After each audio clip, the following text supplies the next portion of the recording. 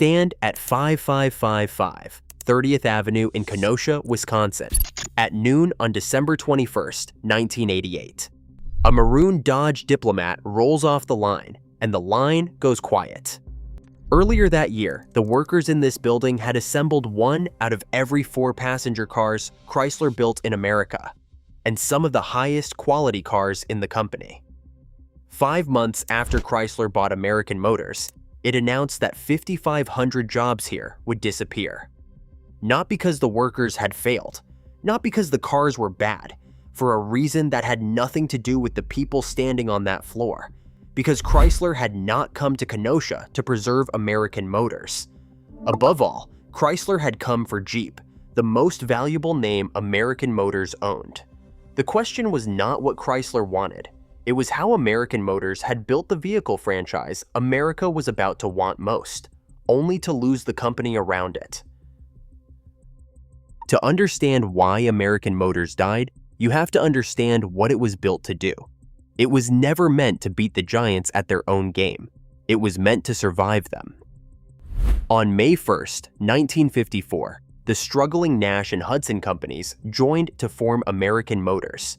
George Mason believed a small automaker could survive Detroit's price war only by combining resources and refusing to fight on every front at once.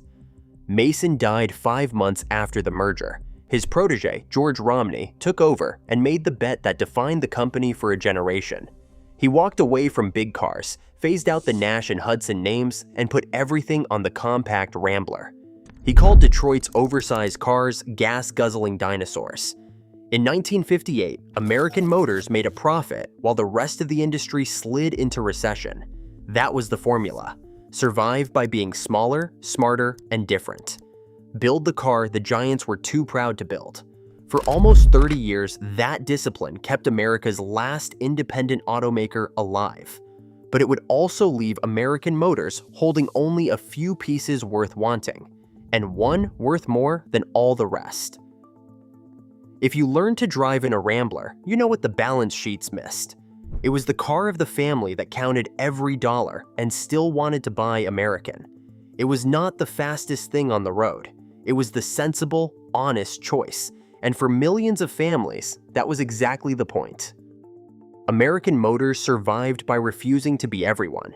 It could not fund a model-for-model war with General Motors, Ford, and Chrysler, so it did something stranger.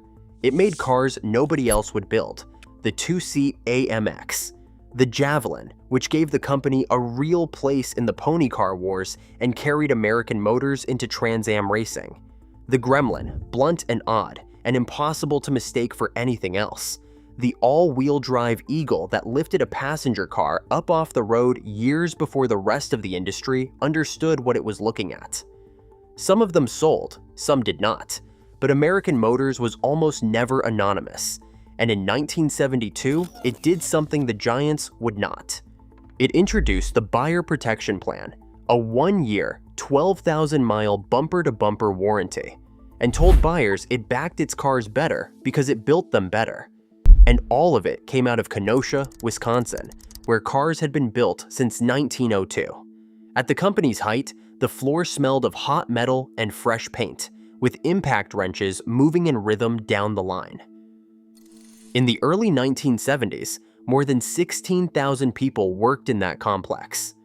Fathers and sons walked through the same gate. Whole families measured their lives in model years.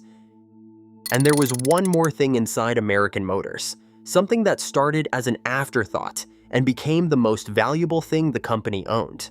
In 1970, American Motors bought Jeep for about $75 million. For years, it was a rugged sideline next to the small cars. Then, in 1984, came the compact Cherokee, the XJ. Its unibody made it roughly 1,200 pounds lighter than the full-size Cherokee it replaced, while preserving almost 90% of the interior room.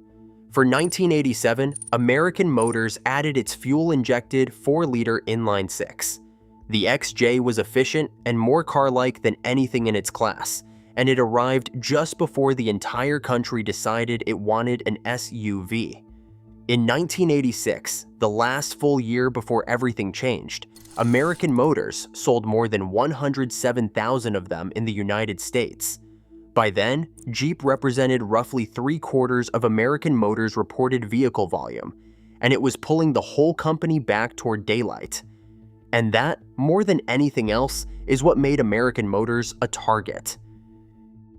In February of 1987, the leaders of American Motors gave what their chief executive, Joseph Cappy, later called the most important presentation of their lives. They laid it out for Renault, the French company that had become their controlling shareholder. The company had turned the corner. It was making money again. Jeep was strong. The worst was behind them. And when they finished, the chairman of Renault, Raymond Levy, praised the presentation.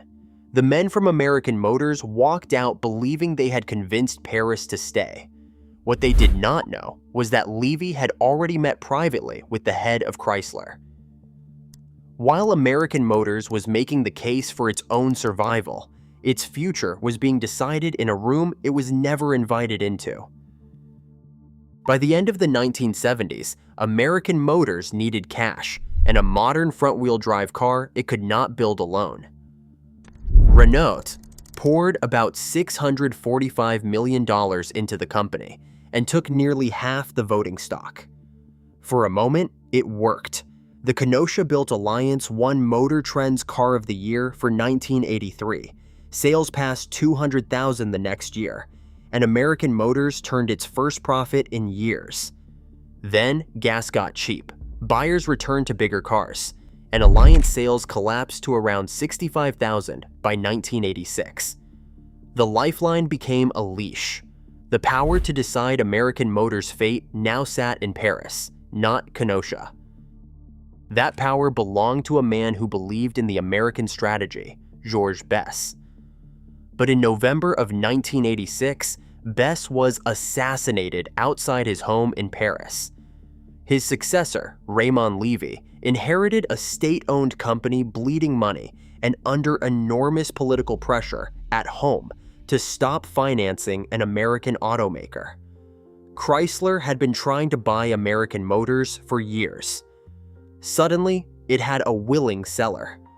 At 7:30 on March 9, 1987, Joseph Cappy learned by letter that Renault had agreed to sell. On the other side was Chrysler chairman Lee Iacocca, who knew exactly what he wanted. Jeep, which he called the best-known automotive brand name in the world, the nearly new assembly plant in Bramalea, Ontario. The dealer network. Chrysler manufacturing chairman Gerald Greenwald put a number on it. Building a Jeep rival from scratch would cost at least $2 billion, with no guarantee it could earn the name. Buying the winner was faster and safer. The decisions divided cleanly. Raymond Levy decided American Motors would be sold. Lee Iacocca decided which pieces would be allowed to survive. On August 5, 1987, more than 90% of American Motors shares approved the sale. That same day, Iacocca announced the American Motors name would disappear. The company became Jeep Eagle. 5 months later, on January 27, 1988, Chrysler announced that Kenosha Assembly would close, and 5,500 jobs in a city of 78,000 people would end. The governor of Wisconsin, Tommy Thompson, said Chrysler had gone back on a commitment. Chrysler said there had never been a firm promise. And on December 21st, that maroon Dodge Diplomat rolled off the line. A repairman named William Combs left after 18 years. The workers closed the plant at the top of Chrysler's own quality rankings. Here is the corporate case, honestly. American Motors passenger cars held less than 1% of the American market. The company had lost more than $800 million across the early 1980s. Kenosha was old, sprawling, and expensive, and Chrysler already had newer plants. On a spreadsheet, closing it was rational. But a spreadsheet cannot measure a gate 3 generations of the same family had walked through, or a town that had built cars since 1902. The eagle name Chrysler kept did not last. It limped through the 1990s and was gone after 1998. But the vehicle American Motors had built for a boom it never got to see kept climbing. In 1999, 12 years after American Motors disappeared, the Jeep Cherokee sold 165,000 units in the United States, the best year it ever had. The SUV age had arrived, and American Motors had built the car for it first. And there is one more piece almost nobody talks about. Chrysler erased the American Motors name, then put Francois Castaing, its former product development chief, in charge of 6,000 Chrysler engineers. Castaing replaced departmental walls with platform teams that joined engineering, design, manufacturing, purchasing, and marketing around one vehicle program. The method transformed Chrysler's LH sedans, including the Dodge Intrepid, and helped shape the Viper, Ram, Neon, and 300M. The operating system beneath Chrysler's 1990s comeback was, in part, American Motors running inside the company that erased its name. So understand what was really lost and what was not. American Motors was not erased because Jeep failed. It was not erased because Kenosha stopped building good cars. It was erased because the pieces worth keeping could survive without the company that made them. And Chrysler had the power to decide which pieces deserved to live. In July of 2025, the old cars came home. For the first time, the Kenosha Homecoming Car Show rolled out onto the ground where the factory once stood. Ramblers and Gremlins and AMXs and Eagles, back on the earth where the assembly lines used to run. Before we close, if this story found you, if you have been carrying a memory of one of these cars without quite knowing what to do with it, there are more stories like this one. Subscribe, and we will keep telling them. Stand at 55 the 30th Avenue one more time. Close your eyes. Hear the impact wrenches and the conveyors moving between buildings that were never meant to be one plant. Hear an engine catch one last time before Christmas in 1988. Now open your eyes. The factory is gone. The company is gone. But the one name Chrysler came all this way to buy is still printed on new cars all over the world.